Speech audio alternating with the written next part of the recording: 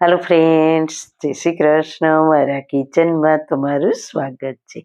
આજે આપણે બનાવીશું કાઠિયાવાડી સ્વાદ સાથે સ્પેશિયલ માર્કેટ જેવું ટેસ્ટી ઊંધિયું. એકદમ સરળ રીતે બનાવીશું. આ ઊંધિયું થોડું રસાદાર સ્પાઇસી ઘરે આપણે અમુક ટિપ્સ સાથે તૈયાર કરીશું.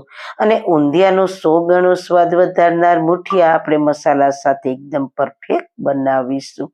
સાથે ઊંધિયાને સર્વ કરતી વખતે એક સ્પેશિયલ વઘાર કરીને તેને 100% માર્કેટ જેવો ટેસ્ટ આપીશું. તો ચલો મારી સાથે કાઠિયાવાડી ટેસ્ટી ઊંધિયું બનાવવાનું સ્ટાર્ટ કરીએ. રેસીપી સ્ટાર્ટ કર્યા પહેલાં જો તમને મારી રેસીપી ગમતી હોય અને હજુ સુધી ચેનલને સબસ્ક્રાઇબ ના કરી હોય તો પ્લીઝ સબસ્ક્રાઇબ કરજો અને બાજુમાં આપેલ બેલ આઇકન પ્રેસ કરજો, એટલે નવી નવી રેસીપીના નોટિફિકેશન મળતા રહે.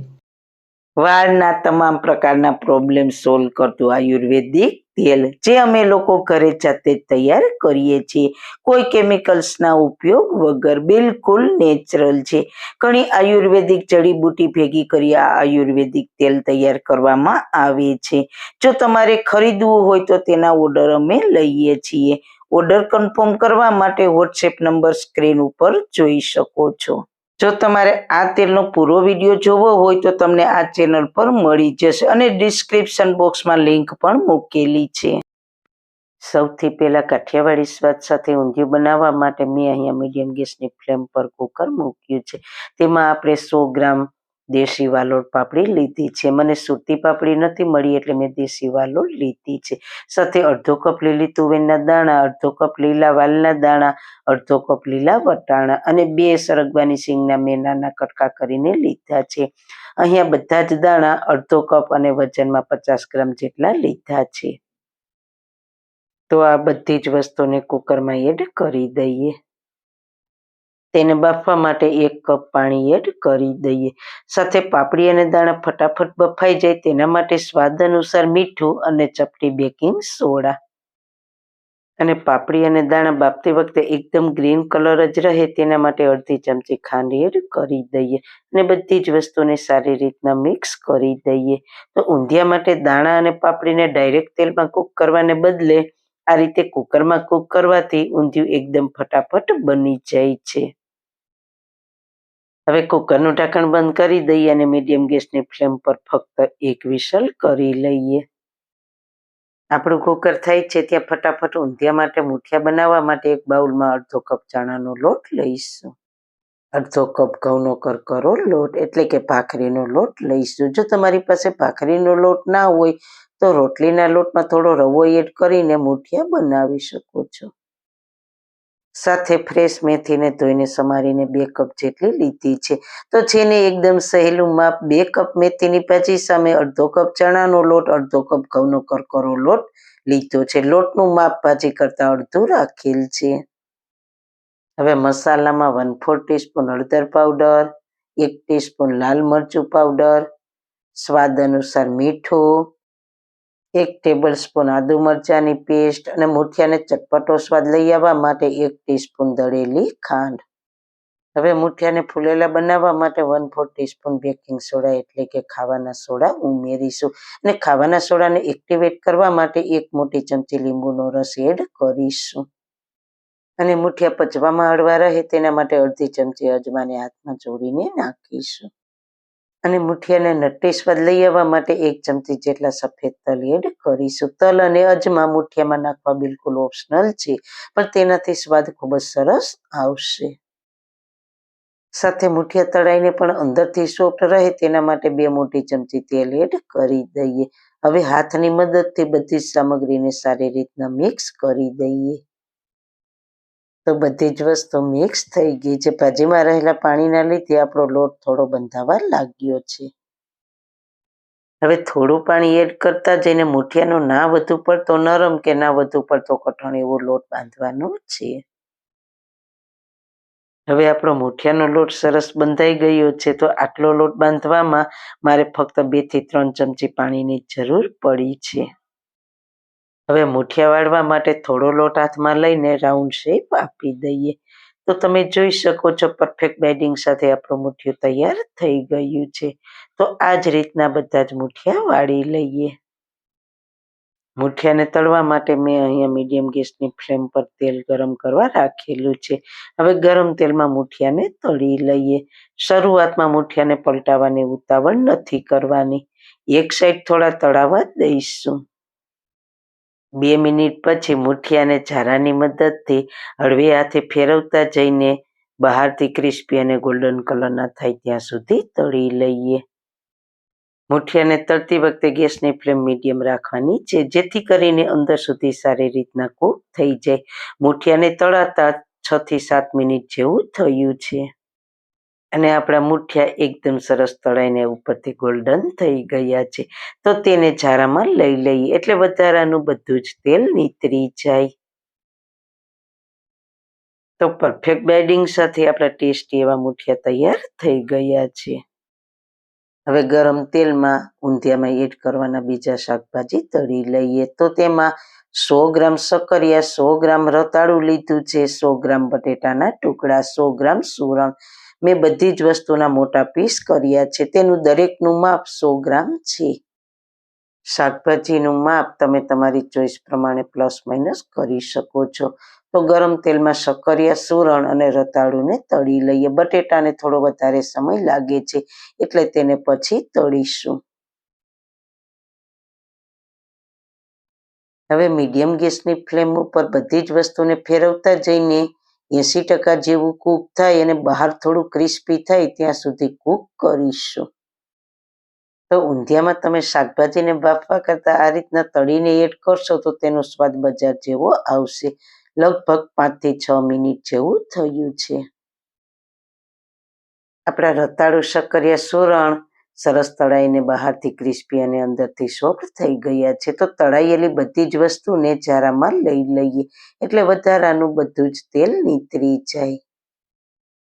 હવે બટેટાને તળી લઈએ. તેને પણ મીડિયમ ગેસની ફ્લેમ ઉપર બહારથી ક્રિસ્પી અને અંદરથી સારી રીતના કૂક થાય ત્યાં સુધી તળી લઈએ. તો લગભગ 7 થી 8 મિનિટમાં બટેટા બહારથી થોડા ક્રિસ્પી અને ગોલ્ડન કલરના થઈ ગયા છે. તો તેને પણ ઝારામાં લઈ લઈએ. હવે 100 ગ્રામ ફ્લાવરના ટુકડાને પણ ગરમ તેલમાં મીડિયમ ગેસની ફ્લેમ પર સારી રીતના તળી લઈએ. લગભગ 5 મિનિટમાં આપણું ફ્લાવર થોડું ગોલ્ડન કલર અને ક્રિસ્પી થઈ ગયું છે. તો તેને પણ ઝારામાં લઈ લઈએ. હવે 50 ગ્રામ ગુવાર લીધો છે અને 50 ગ્રામ દૂધીને મેં આ રીતના ચીરોમાં સમારી છે. તો તેને તળી લઈએ. તો ગુવાર અને દૂધીને તળાતા ખૂબ જ ઓછો સમય લાગે છે. લગભગ 3 મિનિટમાં ગુવાર અને દૂધી સરસ રીતના તળાઈ ગયા છે. તો તેને પણ ઝારામાં લઈ લઈએ. સાથે નાની સાઈઝના રીંગણને ઉપરથી ડીટીયાનો ભાગ કાઢીને તેને આ રીતના સમારીને લીધા છે. કાચા કેળાના આ રીતે થોડા મોટા પીસ કરી લીધા છે. બંને વસ્તુને તળી લઈએ. તો રીંગણ અને કાચા કેળાને તળાતા ખૂબ જ ઓછો સમય લાગે છે. લગભગ 3 મિનિટમાં આપણા રીંગણ અને કાચા કેળા એકદમ સારી રીતના તળાઈને સોફ્ટ થઈ ગયા છે. તો તેને પણ ઝારામાં લઈ લઈએ. તો બધી જ વસ્તુ તળાઈ ગઈ છે. હવે કુકરને જોઈ લઈએ. તો પ્રેશર તેની જાતે પૂરું થાય પછી કુકરને ખોલીશું. આપણા દાણા અને પાપડી બફાઈ ગયા છે. તો ચમચામાં લઈને ચેક કરીએ તો એકદમ સારી રીતના પ્રેસ થાય છે. તો હવે ઊંધિયાને વઘાર કરવા માટે 3/4 કપ એટલે કે અડધા કપથી થોડું વધારે તેલ ગરમ મૂકીશું. ઊંધિયામાં તેલનું પ્રમાણ તમે તમારા ટેસ્ટ પ્રમાણે પ્લસ માઇનસ કરી શકો છો. તેલ ગરમ થાય એટલે અડધી ચમચી રાઈ મેથી. રાઈ મેથી તતડે એટલે 1 મોટી ચમચી જીરું, 1 ચમચી અજમો, અડધી ચમચી હિંગ એડ કરીને વઘારને સારી રીતના સાતળી લઈએ. તો આપણા રાઈ જીરું સારી રીતના સતળાઈ ગયા છે. હવે આપણે થોડા ખડા મસાલા લીધા છે. તો તેમાં છે 5 સૂકા લાલ મરચા, 2 તમાલપત્ર, 4 લવિંગ, 1 તજનો ટુકડો. તો તેને તેલમાં એડ કરીને સૂકા મસાલાને તેલમાં સારી રીતના સાતળી લઈએ. સૂકા મસાલાને તેલમાં એડ કરવાથી તેની એકદમ સરસ ફ્લેવર ઊંધિયામાં આવે છે. સૂકા મસાલા સારી રીતના સતળાઈ ગયા છે. તો હવે 3 મોટી ચમચી આદુ મરચાંની પેસ્ટ. આ સ્ટેજ પર તમારે લીલું લસણ ઝીણું સમારીને નાખવું હોય તો તમે નાખી શકો છો. હવે આદુ મરચાંની પેસ્ટને પણ તેલમાં સાતળી લઈએ. લગભગ 2 મિનિટમાં આદુ મરચાંની પેસ્ટ સતળાઈ ગઈ છે. હવે 2 મોટી ચમચી અધકચરા વાટેલા શેંગદાણાનો ભૂકો લીધો છે, તેને પણ સાતળી લઈએ. ઊંધિયામાં થોડો શેંગદાણાનો ભૂકો એડ કરવાથી તેનો નટી સ્વાદ ખૂબ જ સરસ આવે છે.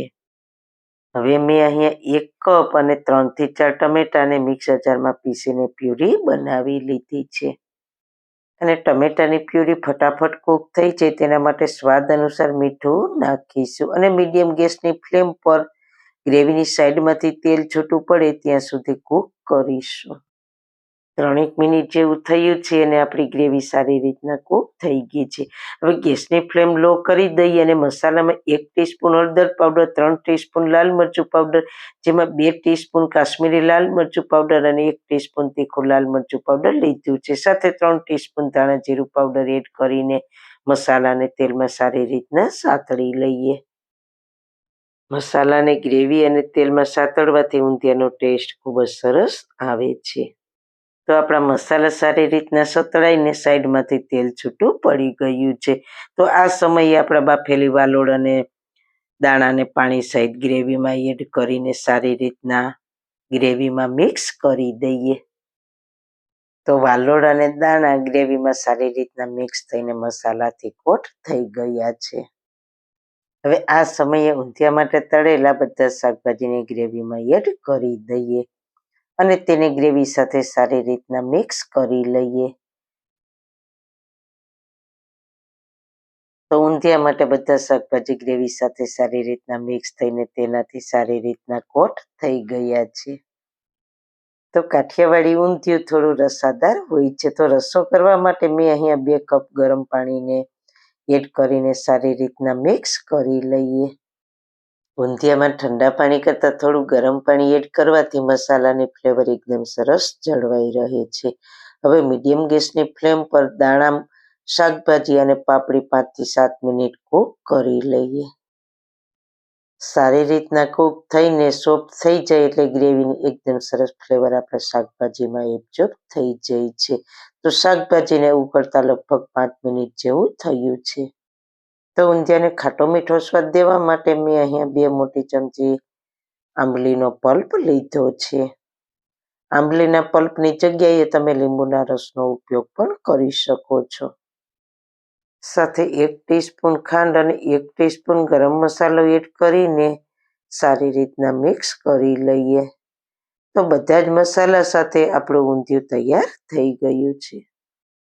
ઊંધિયાને સર્વ કરતા પહેલા આપણે તેમાં મુઠિયા એડ કરવાના છે. તો તૈયાર કરેલા મુઠિયાને એડ કરી દઈએ. હવે ઊંધિયાની ગ્રેવીની એક થિકનેસ આપવા માટે મેં અહીંયા 4-5 મુઠિયાનો આ રીતના ભૂકો કરી લીધેલો છે. તેને એડ કરીને બધી જ વસ્તુને સારી રીતના મિક્સ કરી લઈએ. તેથી ઊંધિયું રસાને સારી રીતના એબ્ઝોર્બ કરી લઈએ. મુઠિયા હંમેશા ઊંધિયાને સર્વ કરતી વખતે જ એડ કરવાના હોય છે, પહેલાં એડ નથી કરવાના. તો આપણું ટેસ્ટી એવું ઊંધિયું તૈયાર છે. તો તેને સર્વ કરતાં પહેલાં સ્પેશિયલ એક તડકો કરી લઈએ. તો તેના માટે 3 મોટી ચમચી તેલ ગરમ મૂકીશું. ગરમ તેલમાં 3 ચમચી સફેદ તલ. તલનો સ્વાદ ઊંધિયામાં એકદમ સરસ લાગે છે. તલ ફૂટી જાય એટલે 10 થી 12 મીઠા લીમડાના પાન એડ કરીને મિક્સ કરીને ગેસની ફ્લેમ બંધ કરી દઈએ. તરત જ તેમાં અડધી ચમચી હળદર પાવડર, અડધી ચમચી હિંગ અને 1 ચમચી કાશ્મીરી લાલ મરચું પાવડર એડ કરીને સારી રીતના મિક્સ કરી લઈએ અને વઘારને ઊંધિયામાં એડ કરી દઈએ. તૈયાર કરેલા ઊંધિયામાં આ રીતના તડકો કરવાથી ઊંધિયાનો સ્વાદ 100% બજાર જેવો આવશે. તો એકવાર જરૂર ટ્રાય કરજો. તો એકદમ રસાદાર ઊંધિયું તૈયાર છે. તો ગેસની ફ્લેમ બંધ કરીને થોડા ફ્રેશ ધાણા ભાજી સ્પ્રિંકલ કરીશું અને ગરમ ગરમ ઊંધિયાને સર્વ કરીશું. તો ઘરે બજાર જેવું જ એકદમ ચટાકેદાર ઊંધિયાની રેસીપી તમને કેવી લાગી? જો સારી લાગી હોય તો તમારા ફ્રેન્ડ્સ ફેમિલીમાં શેર કરજો ને મારી ચેનલને સબસ્ક્રાઈબ કરજો. ફરી મળીશું એક નવી જ રેસીપી સાથે. જય શ્રી કૃષ્ણ.